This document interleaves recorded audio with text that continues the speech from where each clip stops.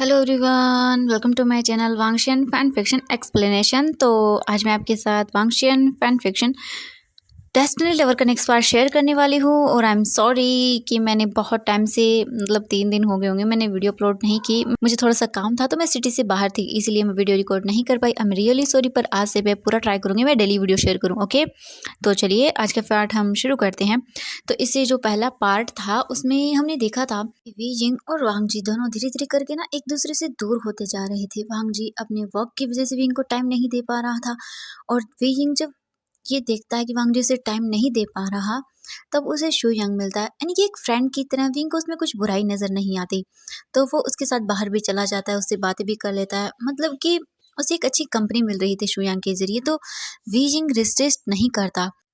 वे Ying बहुत बार वांग जी से झूठ भी बोल देता था। यही चीज़ वांग जी को सबसे बुरी लग रही थी कि वी यिंग उससे झूठ बोल रहा है। वांग जी को बहुत हर्ट हो रहा था। वांग जी चाहता था कि वी यिंग उसे सच बता दे, और उसने बोला भी था वी यिंग से, लेकिन वी यिंग इतनी हिम्मत नहीं कर पा रहा था कि वो वांग जी को बता दे। वांग जी को पता चलता है कि विंग का बर्थडे है, तो वी जिंग का बर्थडे अच्छे से वो सेलिब्रेट करने के लिए उसके डैड से परमिशन ले लेता है कि वो पूरी अरेंजमेंट खुद करना चाहता है। और दूसरी तरफ वी जिंग जब वांग जी को फ़ोन करता है, उसके बाद वो बहुत सैड हो जाता है। वो बोलता है, प्लंजा प्लीज़ कि मुझे टाइम दो, मैं बात करना चाहता हूँ तुमसे, मुझे कुछ बताना है तुम्हें। लेकिन वांग जी ने फ़ोन कट कर दिया था। विंग बहुत सैड हो गया था। मुझे अच्छा नहीं लग रहा है लंजा, प्लीज़ मुझसे बात करो, मुझे तुम्हें बताना है। मुझे बहुत बुरा लग रहा है लंजा, प्लीज़ मेरे लिए वक्त निकालो।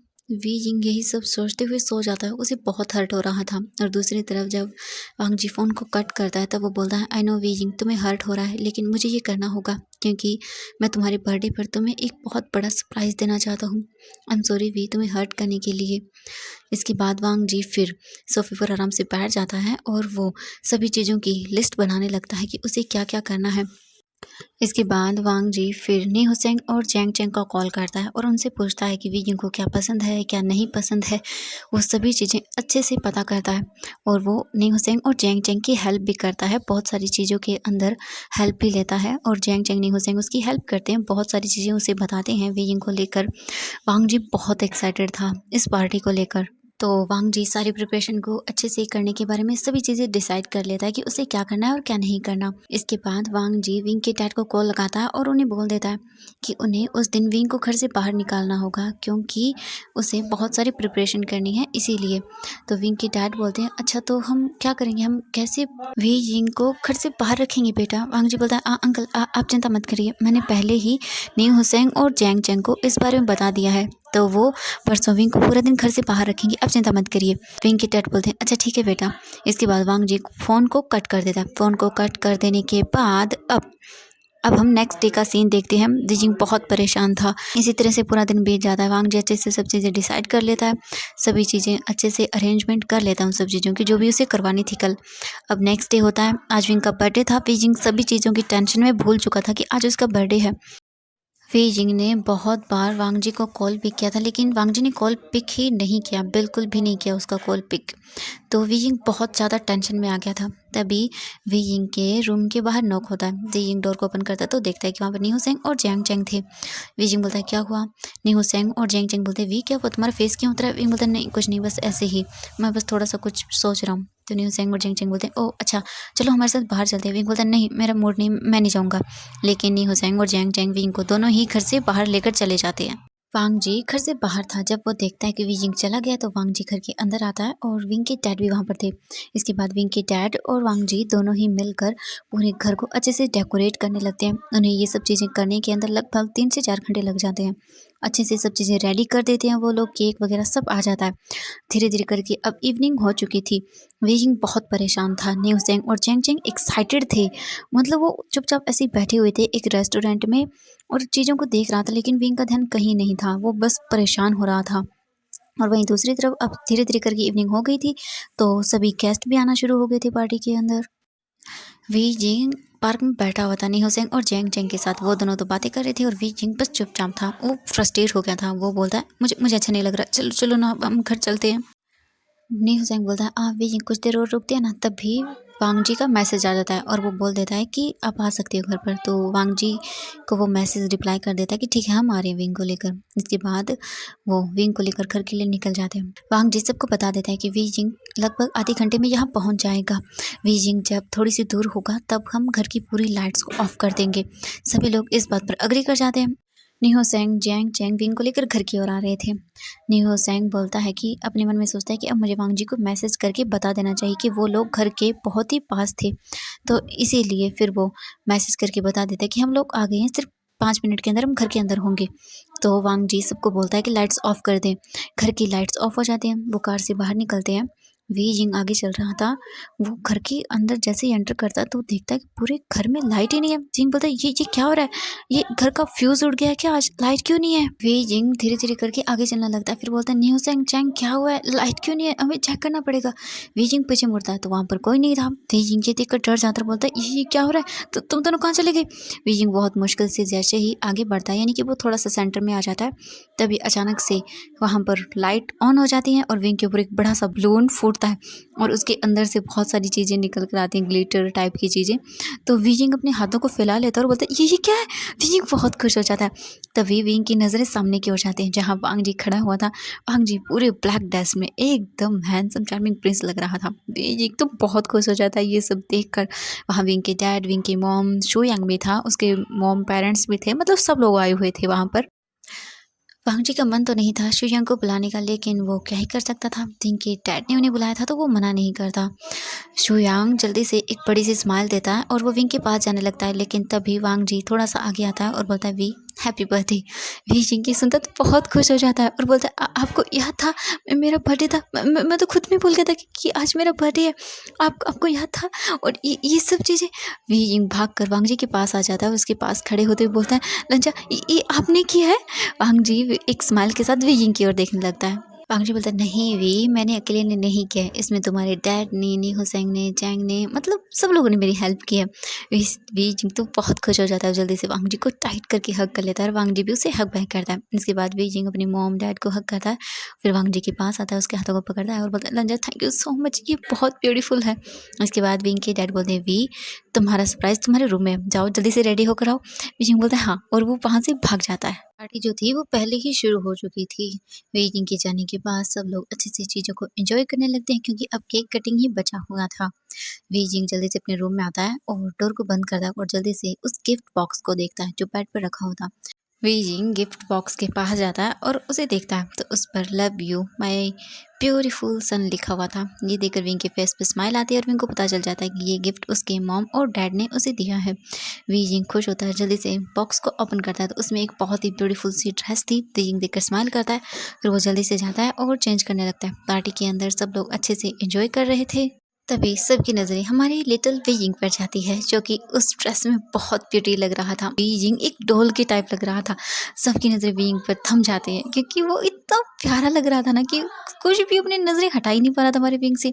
बीजिंग फिर धीरे धीरे करके चल के नीचे आता है। विंग के डैड, वांग जी, विंग की मॉम सब विंग के पास आ जाते हैं और उसके बाद विंग के डैड बोलते हैं कि केक लेके आए। फिर वहाँ पर एक वेटर आता है और वो विंग के सामने एक बहुत बड़ा सा केक रखता है, जिसे देखकर विंग स्माइल करता है। विंग की एक तरफ विंग के मॉम और डैड खड़े हुए थे और दूसरी तरफ वांग जी खड़ा हुआ था, उसके बाद नी हुसैन और फिर वहाँ पर शू यांग भी खड़े हुए थे। उसके बाद वांग जी स्माइल करता है। विंग फिर केक को कट करता है। केक को कट करने के बाद वो अपनी मॉम और डैड को खिलाता है। सब लोग विंग के लिए क्लैपिंग करते हैं। अपनी मॉम और डैड को केक खिला देने के बाद विंग फिर दूसरा केक का पीस लेता है और वो वांग जी को खिलाने के लिए उसकी ओर आगे बढ़ता है, लेकिन तभी अचानक से बीच में शू यांग आता है। वो विंग का हाथ पकड़ता है और उसके हाथ से ही वो केक खा लेता है और बोलता है वाओ बहुत टेस्टी, हैप्पी बर्थडे वी। वांग जी जब ये देखता है तब वो पूरी तरह से शॉक हो जाता है, मतलब वो अपने हाथों की मुट्ठियों को कसकर बंद कर लेता है और बहुत ही मतलब गुस्से में शू यांग की ओर घूरने लगता है। वहीं विकिंग की फेस की एक्सप्रेशन भी पूरी तरह से चेंज हो जाते हैं, मतलब जो अभी खुश था वो धीरे धीरे करके मतलब चेंज हो जाता है। विजिंग को भी बहुत बड़ा शौक लगा था। शू यांग बता वी मुझे नहीं खिलाओगे, बहुत टेस्टी केक है, हैप्पी बर्थडे। विजिंग शू यांग की ओर ही देखना था। वांग जी को बहुत हर्ट होता है, मतलब वो मतलब इतने गुस्से में था कि उसे ऐसा लगता कि वो अब भी जाए और शुयांग को 2-3 जड़ दे कान के नीचे, बस उसे इतना गुस्सा आ रहा था ना इस वक्त। मतलब ज़्यादातर लोग रिएक्ट नहीं करते हैं लेकिन वांग जी को बहुत बुरा लगा था। बीजिंग जल्दी से अपने हाथ को साइड करता है और बोलता है कोई बात नहीं। विंग की नजरें जैसे वांगजी पर जाती है तो विंग डर जाता है क्योंकि वांगजी इतने गुस्से में देख रहा था ना कि बीजिंग देख कर ही बता सकता था कि वांगजी बहुत गुस्से में है। शो यांग बोलता है कि अब मैं भी तुम्हें खिलाऊंगा। विंग बोलता है नहीं मुझे नहीं खाना। लेकिन शो यांग बोलता है वी खा लो ना थोड़ा सा। वो मतलब उससे बातें करने लगता है और वांग जी को वहाँ बहुत हर्ट हो रहा था। वांग जी अपनी मुट्ठियों को बंद करता है और सीधा वहां से बाहर चला जाता है। वीजिंग देख रहा था वांग जी को जाते हुए, लेकिन वो क्या कर सकता था क्योंकि सुयांग उसे जाने नहीं दे रहा था। वो उससे बातें कर रहा था। तभी और लोग भी विंग के पास आ जाते हैं और वो नहीं जा पाता। वीजिंग के डैड ने ये सब चीजें देख ली थी। वांग जी घर से बाहर आता है और गार्डन में चला जाता है और मतलब खड़ा हो जाता है वहां पर। मुझे बहुत हर्ट हो रहा था इस वक्त। तभी वांग जी को शोल्डर पर किसी का हाथ फील होता है। वांग जी जल्दी से पीछे मुड़कर देखता है तो वहां पर विंग के डैड थे। विंग के डैड वांग जी की ओर देखते हैं और बोलते हैं बेटा क्या हुआ, तुम ऐसे कैसे आ गए। वेंकी डैड वांग जी के सर पर हाथ को फिराने लगते हैं और बोलते हैं बेटा बताओ क्या हुआ। वांग जी मतलब उनको कंट्रोल नहीं कर पाता। वो जल्दी से जाता है और वी जिंग के डैड को कसकर गले लगा लेता है और रोने लगता है। जिंग के डैड बोलते हैं हाँ मेरा बच्चा क्या हो गया, तुम रो क्यों रहे हो बेटा, मुझे बताओ। वांग जी बोलता है अंकल मुझे मुझे बहुत हर्ट हो रहा है। मैंने मैंने उसके लिए इतना सब कुछ किया। वी जिंग ऐसा कैसे कर सकता है मेरे साथ। मुझे मुझे बहुत हर्ट हो रहा है। मतलब वांग जी बहुत बुरी तरह से रोने लगता है विंग के डैड को गले लगाकर। विंग के डैड भी वांग जी को गले लगा लेते और बोलते हैं बेटा बेटा शांत हो जाओ, रोना बंद करो। वी जिंग वांग जी बोलता है अंकल अंकल मैं नहीं देख सकता विंग को किसी और के साथ। मैं बर्दाश्त नहीं कर सकता अंकल। मुझे मुझे बहुत हर्ट हो रहा है। मैं इतने टाइम से विंग को बिल्कुल भी टाइम नहीं दे पा रहा हूँ। जब दे रहा हूँ तो वो ऐसा कैसे कर सकता है अंकल। मेरे मेरे हिस्से का केक वो किसी और को कैसे खिला सकता है अंकल। मुझे बहुत हर्ट हो रहा है। मैं विंग को नहीं देख सकता कभी किसी के साथ। मुझे नहीं पता अंकल मुझे क्या हो रहा है, लेकिन मुझे हर्ट हो रहा है अंकल, बहुत ज़्यादा हो रहा है मुझे। विंग के डैड वांग जी को बहुत ही कस कर गले लगा लेते हैं और उसकी पीठ को सहलाने लगते हैं और दूसरे हाथ से वांग जी के मतलब हेड को सहलाते हुए बोलते हैं बेटा बेटा शांत हो जाओ, देखो शांत हो जाओ तुम। मतलब वो भी वांग जी को बहुत ही कसकर गले लगा लेते हैं। वांग जी को बिल्कुल अपने मतलब पेरेंट्स की तरह फील हो रहा था कि उसके डैड ही उसे गले लगा रहे हो। वांग जी जब थोड़ा सा शांत होता है तब विंग के डैड बोलते हैं वांग जी बेटा मैं समझ सकता हूँ तुम्हें हर्ट हो रहा है। मैं समझ रहा हूँ तुम्हारी फीलिंग को, लेकिन उसे अकल नहीं है इतनी। वो बहुत छोटा है वांग जी अभी। उसे नहीं पता क्या गलत है क्या सही है, किस वक्त क्या करना चाहिए किस वक्त क्या नहीं करना चाहिए, उसे नहीं पता बेटा। और विंग ने थोड़ी ना उसे खिलाया था, वो तो बीच में आके उसने खा लिया था ना। ऐसा नहीं है बेटा। वांग जी बोलता है अंकल मुझे डर लग रहा है कहीं मैं विंग को खो ना दूं। मुझे मुझे बहुत डर लग रहा है अंकल। वीजिंग के डैड बोलते हैं बेटा ऐसा नहीं होगा, चिंता मत करो तुम। वो उसे गले लगाए रखते हैं और उसे कंफर्ट फील कराने की कोशिश करते हैं। कुछ देर के बाद वांग जी विंग के डैड से अलग होता है और बोलता है आई एम सॉरी अंकल, मुझे मुझे माफ कर दीजिएगा। वो अपने आंसुओं को वाइप करने लगता है। विंग के डैड वांग जी की ओर देखते हैं और बोलते हैं बेटा अंकल नहीं डैड कहो मुझे, मैं आज से तुम्हारा डैड हूँ और विंग की मॉम तुम्हारी भी मॉम है। बेटा आज से तुम हमारी फैमिली हो। वांग जी जब ये सुनता है ना तब उसे फिर से रोना आ जाता है और वो जल्दी से पिंकी डैड वांग जी को गले लगाते और बोलते हैं बेटा अब रोना बंद करो ठीक है, मैंने कहा ना आज से मैं तुम्हारा फादर हूँ ठीक है और वो तुम्हारी मॉम है। इस वक्त वांग जी को बहुत अच्छा फील हो रहा था और वी जिंग के डैड वांग जी को बहुत ही कंफर्टेबल फील करवा रहे थे और वो मतलब वांग जी को चुप करवा रहे थे। वांग जी बहुत देर तक रोता है, अपने आप को पूरी तरह से शांत करता है और फिर वांग जी विंग के डैड से थोड़ा सा अलग होता है और बोलता है ओके डैड और फिर वो अपने आंसू को वाइप करता है। विंग के डैड वांग जी की ओर देखकर स्माइल करते हैं और बोलते हैं चलो बेटा अब हम अंदर चलते हैं। विंग के डैड फिर वांग जी का हाथ पकड़ते हैं और वो उसे लेकर पार्टी हॉल के अंदर आते हैं। जब वांग जी हॉल से बाहर चला गया था तब शोयांग विंग को लेकर डांस फ्लोर पर आ जाता है और उसके साथ वो वहाँ पर डांस करने लगता है। मतलब विंग नहीं कर रहा था, शोयांग उसके हाथों को पकड़कर इधर उधर मूव कर रहा था और मतलब उससे करवा रहा था डांस। वांग जी जब आकर देखता है तो वो बहुत ही ज़्यादा गुस्से में आ जाता है। उसे दोबारा से हर्ट होता है। एक तो वो पहले से इतना हर्ट था उस चीज़ के बारे में सोचकर और दोबारा से अब उसने ये देख लिया तब वो उससे बहुत हर्ट होता है। विंग के डैड जो वहीं पर खड़े हुए थे वो वांग जी की ओर भी देख रहे थे और विंग की ओर भी। उन समझ रहे थे वो कि इस वक्त वांग जी की हालत क्या है, लेकिन वो बच्चों के बीच नहीं बोल सकते थे। वो चाहते थे कि बच्चे अपनी इस प्रॉब्लम को खुद ही सॉल्व करें। वो नहीं चाहते थे कि उन्हें बीच में बोलना पड़े ये सब चीज़ों में। बस गुस्से में विंग की ओर ही देखे जा रहा था। तभी विंग की मॉम वहाँ पर आती है और बोलती है बेटा वांग जी मैंने तुम्हारे लिए कुछ बनाया, मेरे साथ चलो। वांग जी विंग की मॉम की ओर देखता है और बोलता है आंटी। तभी विंग की मॉम बोलती है बेटा आंटी नहीं, मैं विंग की मॉम हूँ तो तुम्हारी भी मॉम हुई तो तुम मुझे आज से मॉम बुलाओगे। वांग जी उनकी ओर देखता है, मतलब उसे बहुत इमोशनल फील होता है इस वक़्त। वांग जी बोलता है, "म म मॉम।" वीजिंग की मॉम स्माइल करती है और बोलती है, "हाँ बेटा, आज से तुम भी मुझे मॉम बुलाओगे।" वीइंग को बहुत अच्छा फ़ील होता है। इसके बाद वीजिंग की मॉम वांग जी का हाथ पकड़ती है और बोलती है, "चलो मेरे साथ, मैंने तुम्हारे लिए कुछ बनाया है।" वांग जी फिर उनके साथ वहाँ से चुपचाप चला जाता है। वीजिंग की मॉम किचन में आती हैं, उसके बाद वो डोर को ओपन करती हैं फ्रिज के, और इसमें से एक वाइट कलर का छोटा-सा केक निकालती हैं। वांग जी उसे देखता है और फिर वो बोलता है, "मॉम ये।" इनकी मॉम स्माइल करते हुए बोलती हैं, "बेटा, ये मैंने तुम्हारे लिए बनाया, खा के बताओ मुझे कैसा है?" वांग जी बोलता है, नहीं, मुझे नहीं खाना, मेरा मन नहीं है।" इनकी मॉम बोलती हैं, "बेटा, मैंने ये स्पेशली तुम्हारे लिए बनाया है, तो अपनी मॉम को मना करोगे?" वांग जी बोलता है, नहीं, ऐसा ऐसा नहीं है।" तो वीजिंग की मॉम फिर उसमें से एक पीस को कट करती हैं और वांग जी को खिलाती हैं। वांग जी मना नहीं करता, वो खा लेता है।